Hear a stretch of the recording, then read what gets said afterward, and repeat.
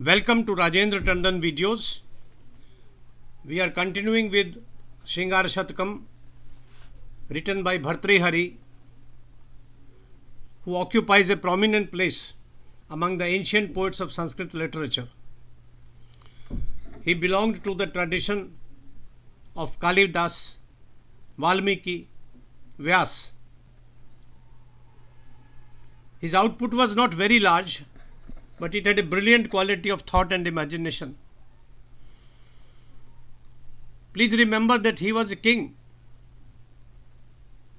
of Ujjain. He left his kingdom when he was cheated by his wife. He went and settled in a cave nearby and wrote brilliant poetry. He wrote prose as well as verse as it pleased him, but all his writing is pithy, compact, and original in imagery. There is a remarkable depth in his thinking on subjects as diverse as polity, Niti Shatakam, erotica, Sringarashatakam, and total renunciation, Vairagya Shatakam. He had an admirably sharp and penetrating wit.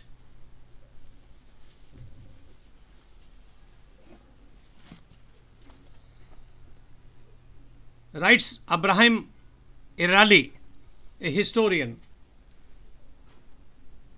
in his book The First Spring, the Golden Age of India.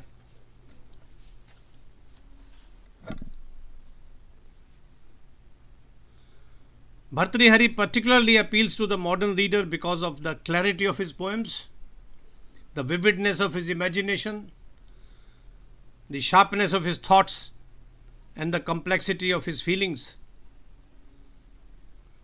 But more than anything else, because of the psychological intimacy that the reader feels with him. Bhartrihari bears his soul in his poems as no other Indian poet does.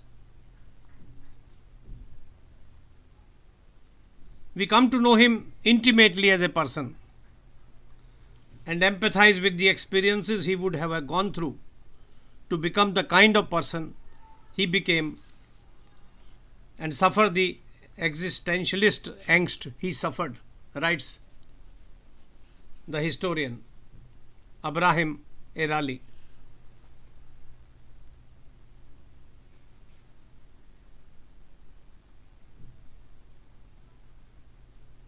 Through his life experience, Bhartrihari had learnt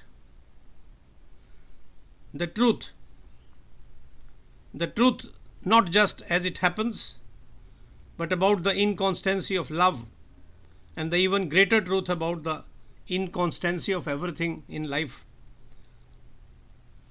It comes through in his poems very clearly. These miniature poems are peerless in their evocative power. The extraordinary power of compression which Sanskrit possesses is seen here as its best. Bhartrihari's poems are carefully crafted, conforming to the strict rules of Sanskrit poetics. But he does not waste his talent in playing vain literary games. Today, we take up 5 of the Shlokas, numbered 91, 92, 93, 94 and 95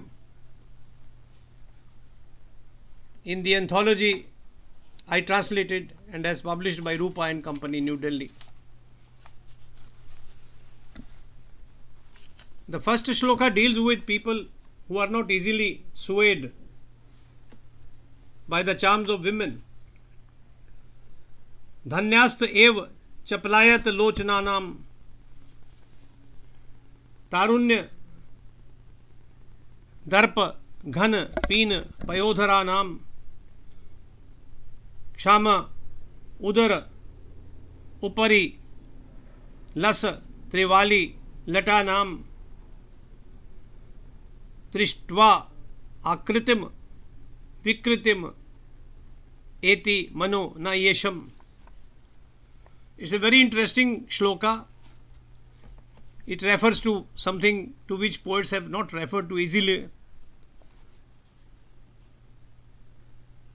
The growth of soft hair in the center of the belly of a woman. Bhartrihari says, those men are indeed praiseworthy who are not swayed by youthful women, who have large and naughty eyes. Women who, as an emblem of their youth, boast of heavy and close-set breasts, and whose bellies are embellished by a delicate growth of soft hair in the center downwards. It's all visual. You can see things when you read them and enjoy it. And all true. In the next shloka, he talks of a flowering garden in the late winter when beautiful Priyangu creepers are in full bloom. Priyangu is a creeper which is said to put forth blossoms at the touch of a woman. When the clusters of jasmine blossoms, bees are humming, intoxicated with joy, and when groves of full-blown coral trees are swaying in the cool breeze. If a young man is unable to take his beloved, who can bring him warmth in the cold weather, in his close embrace even for a while, he finds the night long and frightening like the abode of Yamaraj, the god of death.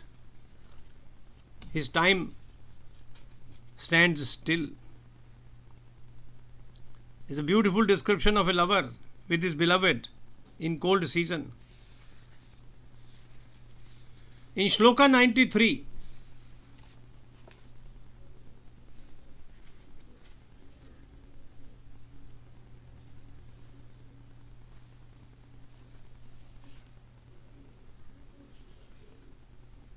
the lover is addressing the beloved. Sudha mayo api kshayrog shantyai nasagra mukta phal kachalena ananga sanjeevan drishti shakti mukhamritam te pivativa chandra. My beloved, the moon, although herself full of nectar, in order to find a cure for its debilitating sickness. What is the sickness of the moon?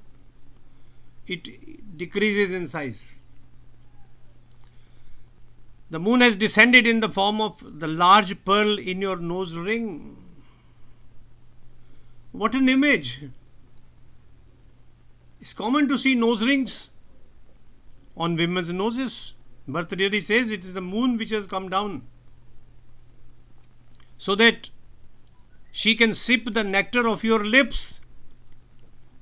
How sweet! And Bhartrihari says the moon wants to sip the nectar of your lips so that it can live forever. Let me also do that. It's Amrit which I'll be getting from kissing you. And then in 94,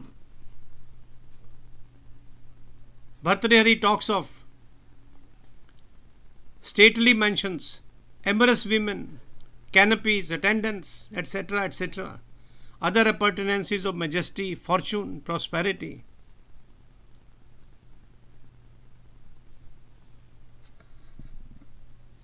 But all this can go away.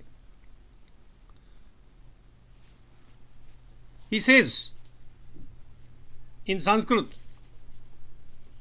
Shubhram Sadma Sabibhrama Yuvatayah Shvetat Patrojwala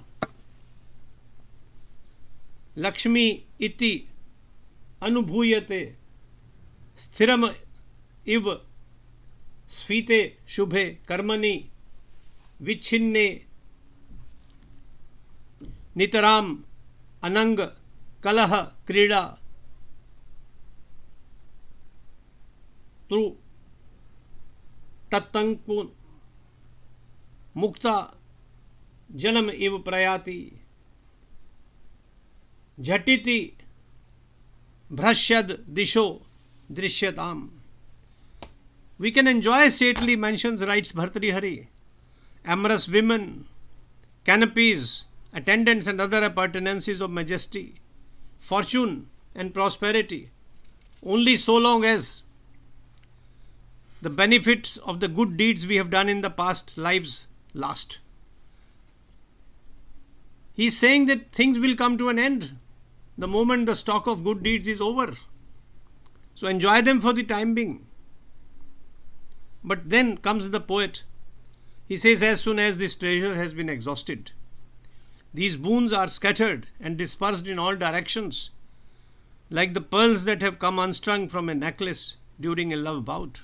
Here again he brings a love bout, and the pearls which have come unstrung from the necklace of the woman. So he says, enjoy while it lasts. Do not let it go. And in 95, he again refers to the cunning glances of the women. They can mislead you. Ajitatmasu sambadha samadhi krita chapala bhujang kutila stabdho bhru vikshepa khalayate. The cunning glances of women have the power to mislead even those who have conquered their senses. Beware, don't yield to temptation easily.